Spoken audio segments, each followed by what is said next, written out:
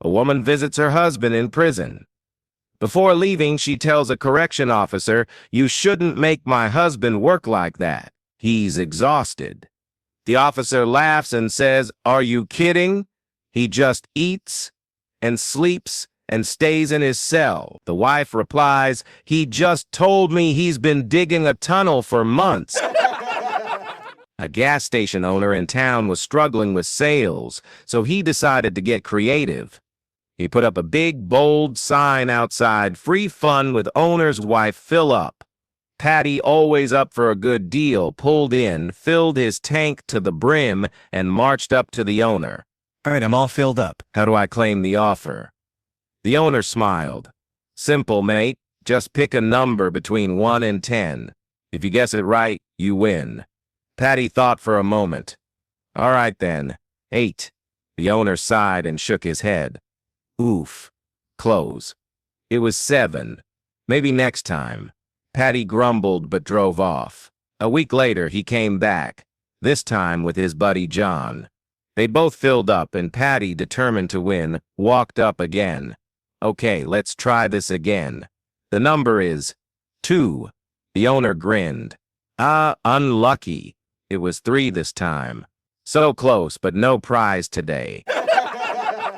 An elderly woman walked into her doctor's office with a surprising request. When the doctor asked what brought her in, she calmly replied, "I'd like to have some birth control pills." A bit taken aback, the doctor paused and asked, "Mrs. Smith, you're 72 years old. What on earth would you need birth control pills for?" Without missing a beat, the woman responded, "They help me sleep better." Now, even more confused, the doctor pressed, "How in the world do birth control pills help you sleep?" The woman grinned and said, "It's simple. I put them in my granddaughter's orange juice every morning, and I sleep like a baby at night." Sometimes the best remedy for a good night's sleep is a bit of mischievous humor. One day, a young boy in about 4th or 5th grade auditioned for the school play. After the auditions were over, he was excited to share the news with his father. He had earned a role. With a proud smile, he rushed home to tell his dad. His father, beaming with pride, eagerly asked, "So, what part did you get?" The boy replied, "I got the part of a man who's been married for 25 years. His father chuckled, clearly amused, and gave him a congratulatory pat on the back. "Well done, son. That's a great role." Then, with a grin, he added, "Maybe next neck, you'll get a talking role." It's moments like these, filled with humor, love, and a touch of fatherly wisdom, that make us smile. While the boy's role might have been a quiet one, we all know that a good laugh is the best part of any performance. A farmer was sitting at the bar, drowning his sorrows, when a man walked in and asked, "Why are you sitting here drinking on such a beautiful day?" The farmer sighed and said, "Some things you just can't explain." "Well, what happened?" the man asked. The farmer took a deep breath and began his story. "I was milking my cow, and just as I filled the bucket, she kicked it over with her left leg. So, I tied her left leg to the post. I sat back down and started milking again. Just as the bucket was almost full, she kicked it over with her right leg. So, I tied her right leg to the other post." "Okay, but that's not so bad," the man said. "Then what?" "Well," the farmer continued, "I sat down to milk her again, and just as I filled the bucket, she knocked it over with her tail. I was out of rope, so I took off my belt and tied her tail to the rafter. And right at that moment, my pants fell down and my wife walked in. Some things you just can't explain." At the pearly gates, an elderly gentleman stands before St. Peter. "All you need is one good deed, and we'll let you into heaven," St. Peter says. The old man smiles. "No problem. Just a few minutes ago, I was driving when I saw a motorcycle gang harassing a young woman at an intersection. I pulled over, marched right up to the biggest, meanest biker. He had to be over 7 feet tall and 400 pounds, and told him that picking on a woman was a cowardly act. I wasn't going to stand for it." St. Peter leans in, intrigued. "And then what?" "Well," the man continues, "I reached up, yanked out his nose ring, and gave him a swift kick where it counts, just to drive the point home. St. Peter flips through the book of life, frowning. That's not in here. When exactly did this happen? The old man glances at his watch. Oh, about 5 minutes ago. A man from out of town accidentally drove his car into a deep ditch on a country road. Luckily, a farmer happened to come by with his big old horse, Benny. The man asked for help, and the farmer confidently replied, "Don't worry, Benny can pull you out." He hitched Benny to the car and called out, "Pull, Nellie, pull." Benny didn't move. Then he shouted, "Come on, pull, Ranger." Still nothing. Next he yelled, "Now pull, Fred, pull hard." Benny just stood there. Finally, the farmer calmly said, "Okay, Benny, pull." And just like that, Benny pulled the car right out of the ditch. Grateful but puzzled, the man asked, "Why did you call him by the wrong name 3 times? The farmer chuckled and said, "Oh, Benny's blind. If he thought he was the only one pulling, he wouldn't even try." A man goes to the doctor and says, "Doc, I think my wife is losing her hearing." The doctor replies, "Here's a simple test. Stand at a distance and ask her a question. If she doesn't respond, move a little closer and ask again. Keep doing this until she answers. That way you'll know how bad it is." So the man goes home and decides to try it out. He walks in the door and calls out, "Honey, what's for dinner?" No response. He steps a little closer, "Honey, what's for dinner?" Still nothing. He moves even closer and asks again. No answer. Finally, he's standing right behind her and asks one last time, "Honey, what's for dinner?" She turns around, frustrated, and shouts, "For the 11th time, we're having meatloaf." A police officer pulled over a car for speeding and approached the driver's side window. "Officer, sir, may I see your driver's license?" Driver, "I don't have one. Got suspended after my 5th DUI. The officer narrowed his eyes. "Not good." Officer, "All right, can I see the registration for this vehicle?" Driver, "Not my car. I stole it." The officer stiffened. This just got worse. Officer, "You're telling me this car is stolen?" Driver, "Yeah, but now that you mention it, I think I saw the owner's registration in the glove box right next to my gun." Officer, "There's a gun in the glove box."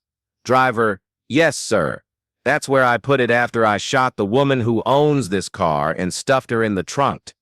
The officer backed away slowly and immediately called for backup.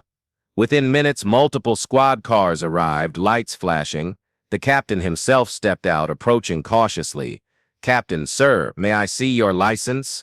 The driver shrugged and handed it over. It was valid. Captain, "And this car? Who does it belong to?" Driver, "Me, of course. Here's the registration." The captain examined the papers, everything checked out. "Captain, would you mind opening the glove box? We were told there's a gun in there." Driver, "Sure, but there's no gun." The officer opened the glove box. Empty. Captain, "All right, now can you pop the trunk?" The driver complied. The trunk swung open, completely empty. No sign of a body. The captain turned to his officer, arms crossed. "I don't get it. This officer said you told him you didn't have a license, stole the car, had a gun in the glove box, and a body in the trunk." The driver shook his head and smirked. Driver, "Yeah, and I bet the liar told you I was speeding too." An elderly couple was driving across the country when the wife, who was behind the wheel, got pulled over by a highway patrol officer. The officer walked up to the car and said, "Ma'am, did you know you were speeding?" The woman, hard of hearing, turned to her husband and asked, "What did he say?" The old man yelled, "He says you were speeding." The patrolman sighed and said, "May I see your license?" Again, the woman turned to her husband. "What did he say?" The old man yelled, "He wants to see your license." She dug into her purse and handed over her license. The officer glanced at it and smirked. "Arkansas. I spent some time there once. Went on a blind date with the ugliest woman I've ever seen." The woman turned to her husband once more. "What did he say?" Without missing a beat, the old man yelled, "He said he knows you." Sam and Becky are celebrating their 50th wedding anniversary. As they sit together, Sam, feeling a bit curious, turns to Becky and says, "Becky, I have to ask you something. Have you ever cheated on me? Becky, taken aback, glances at him and responds, Sam, why on earth would you ask something like that now? It's not a question you should be asking. But Sam, with a serious look on his face, insists, No, I really want to know. Please, tell me. Becky sighs, then reluctantly says, Well, all right, Sam. Yes, 3 times. Sam, a little shocked, asks, 3 times? When did this happen? Becky pauses for a moment before speaking. Well, Sam, remember when you were 35 and you were desperate to start your own business, but no bank would give you a loan? Then, out of nowhere, the president of the bank came over and signed the loan papers, no questions asked. Sam's eyes widen in realization.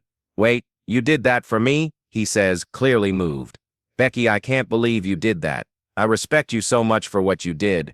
You went above and beyond for me. I didn't even know. Becky nods, then continues. And then, remember when you had that terrible heart attack, and no surgeon was willing to take on such a risky operation. But then Dr. DeBecky himself came to your rescue, performing the surgery and saving your life? Sam, now deeply touched, replies, I can't even imagine what you went through to arrange that, Becky. You truly saved my life. You've always been there for me. I'm more grateful than I can put into words. You are incredible, my love. And for the 3rd time, what happened? Becky hesitates for a moment, then says with a wry smile, Well, Sam, remember that time a few years ago when you were desperate to become president of the golf club, and you were 17 votes short of winning? Sam's eyes widen, and he finally understands, breaking into a grin. Wait a minute, Becky, you didn't. With a smile, she replies, Yes, Sam, I did. You really wanted that position, and I made sure you got it. Sam laughs out loud, shaking his head. I can't believe it. You've done so much for me over the years, Becky. You've truly been my rock. Becky smiles softly, her eyes twinkling. Well, Sam, after 50 years, I thought it was time you knew the truth. An elderly priest had grown tired of hearing the same sin in confession, adultery. Every week it was the same thing. One Sunday during his sermon, he sighed and announced, If I hear one more confession about adultery, I'm going to resign. The townspeople loved their priest and didn't want to lose him. So they came up with a clever solution. Instead of confessing to adultery, they would simply say they had fallen.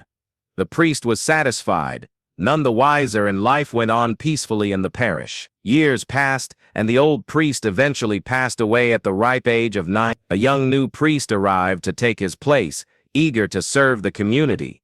One day he went to visit the mayor. Concerned, he leaned in and said, Mayor, I need to bring something to your attention. You really need to do something about the sidewalks in this town. The mayor raised an eyebrow. The sidewalks? The priest nodded seriously. Yes, you wouldn't believe how many people come into confession talking about how they've fallen. The mayor chuckled, realizing that no one had told the new priest about the town's secret code. But before he could explain, the priest shook his finger and added sternly, And I don't know why you're laughing, Mr. Mayor. Your wife fell 3 times last week. A husband returned home to find his wife in tears at the front door. She looked up at him and wailed, It's the pharmacist. He was so rude to me this morning on the phone. I called him multiple times, and when he finally picked up, he insulted me terribly. Determined to defend his wife's honor, the husband rushed downtown to find the chemist and demand an apology. Before he could even speak, the pharmacist held up his hand. Hold on a second. The pharmacist said, You've only heard one side of the story. Let me explain what happened. He took a deep breath and started, This morning my alarm didn't go off, so I woke up late. I skipped breakfast and rushed out the door, only to realize I had locked myself out of the house, both my keys and my phone inside. I had to break a window to get back in. The husband stood there listening as the pharmacist continued, I finally got in the car, but I was in such a hurry that I got a speeding ticket. Then a few blocks from the store, I got a flat tire. When I finally got to work, there was a line of customers waiting for me. He paused and added, So I opened the store, started helping customers, and of course, the phone's ringing off the hook the whole time. I'm juggling it all when I tried to open a roll of quarters for change, and it spilled everywhere. I bent down to pick them up, and you guessed it, the phone is still ringing. Then, as if that wasn't enough, I stood up too quickly and cracked my head on the cash register drawer. I stumbled back, knocking over a display of expensive perfume. Bottles shattered everywhere and the phone kept ringing. He looked at the husband, finally catching his breath. I went to pick up the phone, and your wife was on the line. The husband raised an eyebrow, and the pharmacist threw his hands. She asked me how to use a rectal thermometer, and all I did was tell her the instructions. In the piece, there's a long passage of about 20 minutes during which the bass violinists have nothing to do. Rather than sit around that whole time, some bass players decided to sneak off stage and go to the tavern next door for a quick one. After slamming down several beers in quick succession, one of them looked at his watch. "Hey, we need to get back," he said. "No need to panic," said a fellow bass player. I thought we might need some extra time, so I tied the last few pages of the conductor's score together with string. It'll take him a few minutes to get it untangled. A few moments later, they staggered back to the concert hall and took their places in the orchestra. About this time, a member of the audience noticed the conductor seemed a bit edgy and said as much to her companion. "Well, of course," said her companion. "Don't you see? It's the bottom of the ninth. The score is tied and the bassists are loaded."